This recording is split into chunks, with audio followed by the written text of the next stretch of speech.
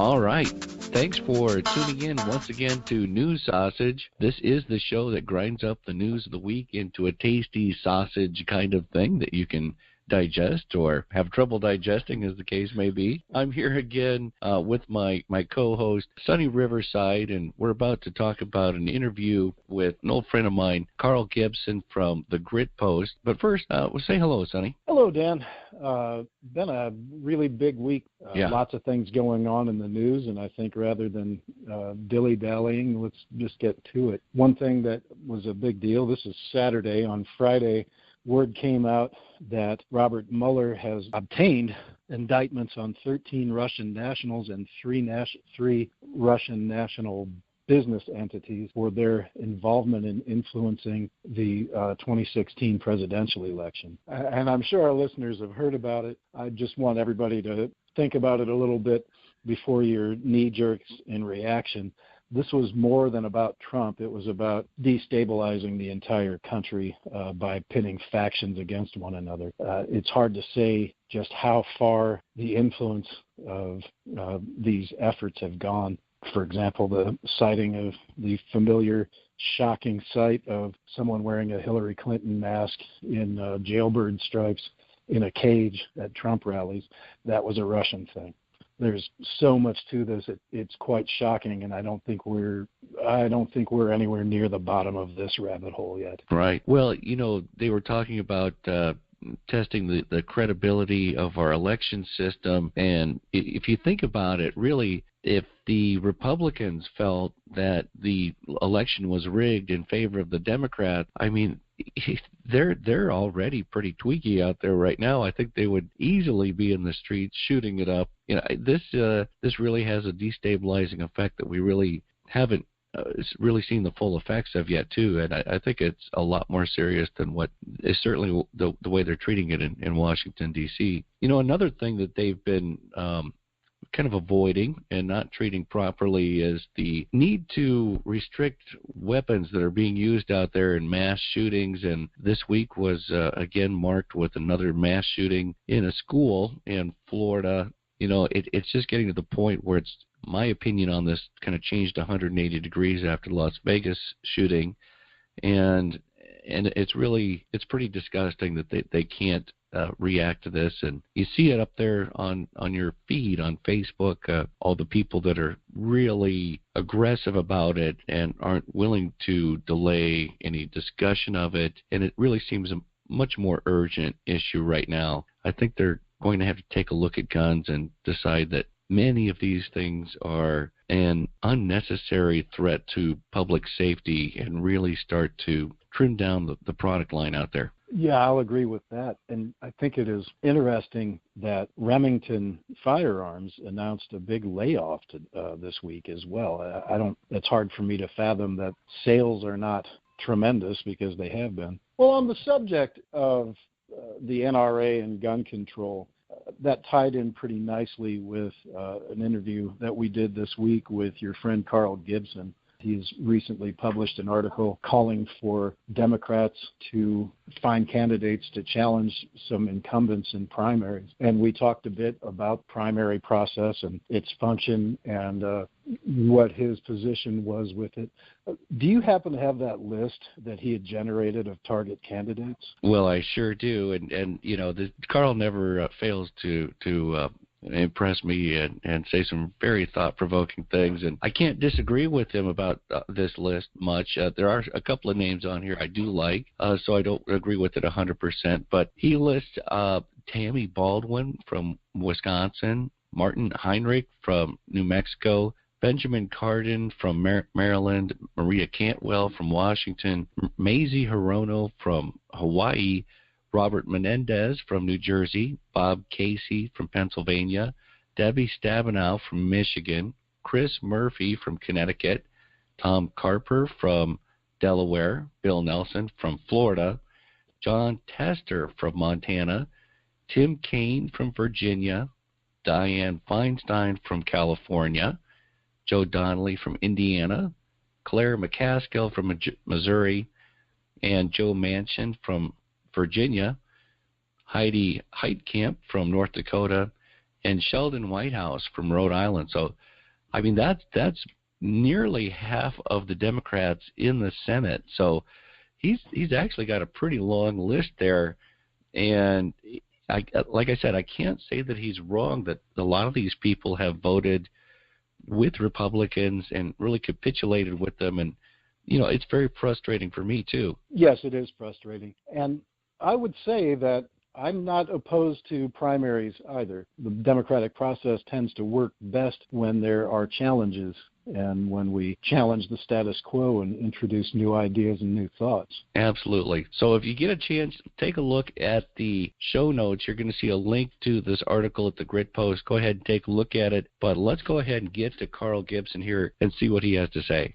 Again, I want to thank you for joining us, Carl. We've got Carl Gibson here with us today. He is from GRITPOST, Real News for the Working Class. He is co-editor of GRITPOST, and his work has previously been published on The Guardian, The Washington Post, Al Jazeera America, and NPR, among others. You can follow him on Twitter at CRGibbs. Thanks again, Carl, for joining us. It's an honor to have you here. Carl, I've respected a lot of the things you've done over the years. You were a big force within the Occupy movement with spearheading the Occupy Party. I know you were part of organizing some of the Occupy Wall Street events. U.S. Uncut was another favorite effort of yours of mine. But again, really respect what you've done, and thank you for joining us here today. Thanks, Dan. I appreciate it. One of the things I wanted to ask you, Carl, was since you were so involved with the Occupy Wall Street movement, do you see that movement rekindling itself in the face of the opposition we see out there and maybe directing some energy into the Green Party or something else that will have any impact in this coming election? I'll tell you, you won't find any louder advocate for progressive third parties than me. I think funneling those resources and that energy into the Green Party is a mistake. And I love Jill Stein. I love the people who worked on her campaign and her 2012 campaign. That's the one I worked on. I knew the people who worked on her 2016 campaign. I call them friends, and I love them dearly. But the Green Party has a permanent branding problem, and they're just not ever going to get over that. The Green Party is seen as the party of, forgive my parlance, but granola-eating, tambourine-waving hippies who live in Western Mass and Northern California. And, and the broad majority of working-class Americans don't relate to that. So I think it's a losing brand. I think there needs to be an entirely new party, an entirely new brand. I think the left really needs to understand the significance and importance, the strategic importance of branding. The right has, and that's why even though their ideas are vastly unpopular, they win election after election because they know if you brand an idea right, then it will win elections. So, I would love to see a new progressive third party. And I'll tell you, as far as Occupy Wall Street, I think that movement's time has passed, and I think it's served its purpose. But I think now, we have to funnel our resources and our energy into a new fight. That's what movements do. They move. So the next movement, I hope that it has even broader support and broader impact. I've been reading this article in the GRITPOST, setting out your various scenarios, and you set out 3 scenarios, and I kind of want to suggest a fourth. Perhaps you considered this before as you were writing the article. But a fourth scenario, what happens if an incumbent wins the primary and then wins re-election, and you set out the prospect that he'd probably move to the left to avoid future primary challenges. What if the incumbent feels vindicated and remains in his current position or maybe moves farther to the right? I am really concerned. I'm a bit older than you, and I have observed the Democratic Party move so far to the right that it's not recognizable as the Democratic Party to me anymore. And that's definitely something that I did consider while writing that. And I think basically what that shows is that we just have to really double down our efforts, if not in federal elected offices, to double down in local and state representative and county elections. Because those are the farming grounds, right? Like the AAA leagues for the future congressmen and senators. So really, by focusing on those elections, which usually draw a lot less participation than federal elections, you can actually have a great impact not only in your community but also in the farming league for future federal office. So you have to start somewhere. So obviously, I'd love to see Joe Manchin get primaried. If he doesn't, and if he wins, and then he wins re-election in the general. We just have to really start back at the ground level, and I didn't have time to really flesh that out, and I didn't want to distract from my main point, but, that is something that I had considered. Sure. And that you're characterizing the farm league, starting with the school board and dog catcher, any elected position. That's been a Republican strategy, and I suppose it's been a Democratic strategy as well, but it was expressed as a Republican strategy going back to the 70s and perhaps even farther than Well, and even ALEC is focusing money and resources and efforts on winning city council and mayoral and state representative elections because they see the power in, getting candidates in those offices. Because you actually, a lot of people don't know this, you have a lot more power than you realize as just a state legislator or a city councilman. You have say over how tax dollars are spent. You have say in how local bureaucracies are managed. You have say in, even for state representatives in redistricting lines for, Congress. So, I mean, there's a lot of power there, and the right wing knows that and sees that, and they invest in that. I'm really hoping that Democrats do the same in the future. All politics is local, except for governors and senators and presidential elections, but literally everything else is local. So reliance on local politics cannot be understated. Yeah, absolutely. Very true. Carl, I was living out in Hawaii recently, and I noticed Mazie Hirono was on your list of 19, and I've got to agree with you. She's definitely nothing to write home about. Definitely not very progressive, and I personally had trouble dealing with her office and some issues, but, I know that waiting in the wings, if she is primaried, the more likely person to challenge her out there is Colleen Hanabusa. And I just kind of wondered, when you're taking a look at these people, is this kind of a burning or bust scenario where if they're not primaried, you're encouraging people to not vote for these people, or what exactly are you saying about? No, and I appreciate you bringing that up. I think normally I would agree and say, we need to firmly stand by our principles, but I think the modern Republican Party, and Noam Chomsky has said much of the same, the modern Republican Party is not a normal party, and they have openly showed that they are the party of oligarchy and the party of corruption and the party of racism and the party of white supremacy, and they have to be defeated at all costs. And so in a scenario where someone like Mazie Hirono is, wins the primary, I mean, people just got to pinch the noses and vote for because, God forbid a Republican take her place. Right. Agreed. And are you concerned that potentially getting a more progressive person could swing the Senate to the GOP when it seems like it's very winnable for the left to take the Senate? Yeah, I think Americans are less concerned about ideological labels than they are about having real solutions to their problems. GRITPOST, we focus on working class issues, and we talk to working class people all the time, and we cater to a working class audience of both parties, actually. And even though we only have about 20,000 likes as of right now on Facebook, I'll see a plethora of comments from conservatives, from libertarians, from Tea Party types who read and support our content, and they all kind of agree on the same state of working class issues. And so I think if there's a further left primary winner in a situation like Hawaii or, Paula Jean Swearingen in West Virginia, people talked about how she's against coal energy and that powers West Virginia. But if you look at her platform, she's not anti-coal. She's pro-jobs for people in a dying industry. So it's like, for example, I work in media, right? So, right. I mean, and we all know media is a dying industry. So if a person comes around and let's say they're running for Congress in Washington, D.C., where I would imagine 1 of 3 residents works in media, seems like anyway these days, and they say, I'm for training media people in a dying industry to, get new jobs and make sure you have money in your pocket. Like, I think that's something most people would support. So, I hope whatever progressive challenger wins these primaries, and I think they will. I think the constituents will see, particularly working class constituents, will see that their heart is on the side of the workers and not the elite. And I think that they'll vote accordingly. Well, teamwork definitely makes the dream work. In terms of creating primary challenges, I think this year is going to see a number of potential candidates who can work as primary challenges. In my experience, I find the establishment of the party is afraid of primaries because they see it as a weakening. Do you have any idea how to pitch that?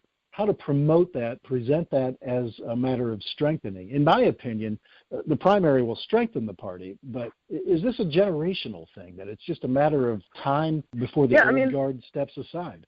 I think it is. I think you hit the nail on the head. You know, I'm a practicing Nichiren Buddhist, and you know, one of my favorite quotes from Nichiren Daishonin, who's the founder of this Buddhism, is "Worthies and sages are tested by abuse.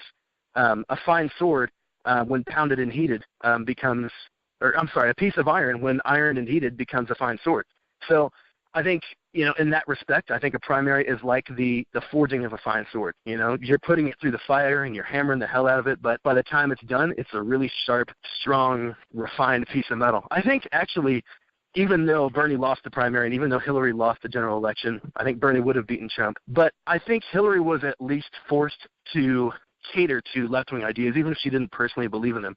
She was forced to accept those because she knew that she needed young people and first-time voters and independents who were disgusted with Trump to support her. And so she had to at least pay lip service to things like a higher minimum wage and, you know, better health care and, you know, more affordable college education. So, you know, I think primaries do strengthen parties. I also conversely think it's a really bad mistake to let bad candidates run unopposed like Tim Kaine is in Virginia. You know, Tim Kaine is the same senator who, a couple weeks before he was picked to be Hillary's running mate, voted to deregulate Wall Street. You know, and this is after 8 years of an Obama administration that failed to rein in the big banks that crashed our economy, despite him campaigning on that issue in 2008. So, you know, Tim Kaine was kind of the epitome of just really bad, out-of-date, unpopular neoliberal policies. And so now he's running unopposed in Virginia, and, you know, probably will win given what happened with Democrats in Virginia during the special elections last year, which means we'll have another 6 years of, you know, just conservative Republican-light policies from Tim Kaine. So, you know, I think primaries do strengthen the party. I don't think Tim Kaine would lose given his fundraising connections, but if he had a primary challenger from the left, he could at least be tested and put through that fire and really hammered into at least a little more progressive than he is now. Force him to at least give lip service to a more progressive stance. Yeah, at least lip service, which is something, you know. As I have been considering this article and thinking from my own experience, why do we just single out some of these incumbents? Why don't we, I suppose I would hate to lose the seniority in committees, but what would be the harm of primarying every incumbent every season, every election? Well, I think the 19 that I listed, those were incumbents running for re-election in 2018 who had voted to confirm at least 5 of Donald Trump's cabinet nominees. And so that was my criteria. I agree. Okay. I think primaries, just as a general rule of thumb, are good practice, and I would love to see more of that, even in cases like in Vermont with Bernie. I love Bernie. I support him in the primary. But, you know, what I loved about Democratic Socialists of America, and by the way, keep an eye on them. They're the fastest growing member-based political organization in the country right now. BSA has openly said they're not going to endorse Bernie if he sticks to an imperialist foreign policy platform. You know, I would love to see Bernie get a challenger in Vermont that opposes the F-35 jet, which Bernie supports, that opposes interventionist foreign policy in the Middle East. I mean, and also has his progressive economic credentials. You know, I think it's healthy for everybody. Do you see a point approaching in the next election in 18 where I'm going to use the kind of pejorative, the younger voters who have come out and gotten energized, but they refuse to vote, the Bernie or bust? Do you see much potential to rein them in and get them to understand the practicality of getting behind a party's candidate, even if it's not their favorite guy? Oh, absolutely. You know, I'm just thinking back to all the special election victories that we've seen lately in 2017 and early 2018. I mean, you had a lot of young people and first-time voters voting in special elections in state representative districts. You know, this is how engaged young people are. So it's not that we're not engaged. We're actually, millennials are statistically the most informed generation. We also vote the least, but I don't think that's because of a lack of information or a lack of engagement. I think we're just not willing to go vote if we're not excited about the candidate that is running. And so I think, you know, what that speaks to is obviously young voters, we have to be more strategic in how we vote, right? You know, maybe we're not getting the candidate that we want, but, you know, we also have to be strategic and say, okay, well, 2020 is coming up. That's a census year. There's redistricting. You know, we can really cement our power for the next 10 years. And I know this is an unpopular statement, but I would love to see leftist, socialist Democrats gerrymander the hell out of every damn district in 2020, just like the Republicans did, and cement power for the next 10 years. And not just for a naked power grab, but because the country is suffering. Working people need results, and I think Republicans have shown time and again that they don't care about working people. So gerrymander them out of power and, keep power for 10 years and then just build on that power. So young people need to be more strategic, but the Democratic Party, and, this includes local and state parties, need to be more willing to accept candidates to run on their slate who maybe don't have a Rolodex full of people who can donate $250,000, but have a really strong policy platform and who are great public speakers and who are really inspiring public figures. I think there needs to be more strategic thinking on both sides. Hear, hear. Absolutely.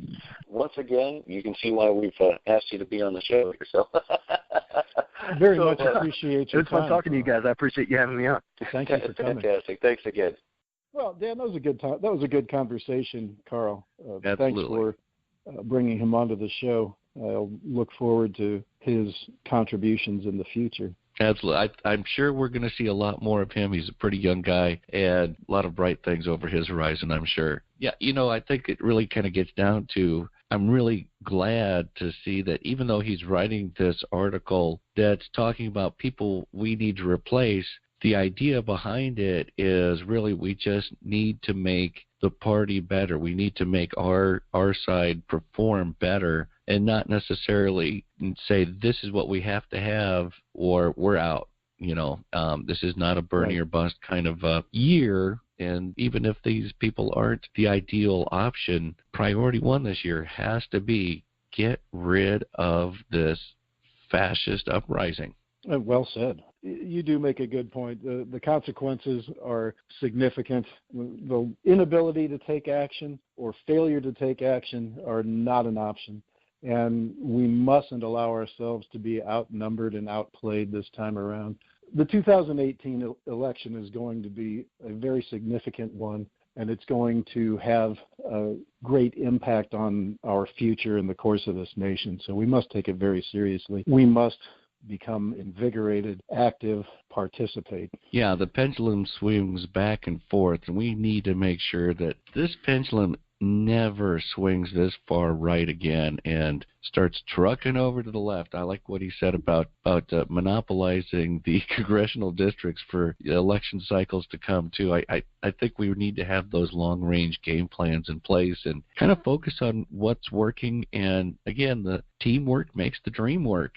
In the end, it's about us working together and putting aside our differences. Thanks again for listening. You can catch us on iTunes, Podomatic, Shoutcast, Shout Engine, Buzzsprout. Gosh, what else is there? SoundCloud, of course, Twitter, Facebook, a lot of stuff. Just look us up. If there's a place for us to be, odds are we're already there. So please follow us, check us out, and tune in again next week. You want to say goodbye, Sonny? Yeah, this is Sunny Riverside, and I will bid you all a fond and warm adieu. Remember that love trumps hate.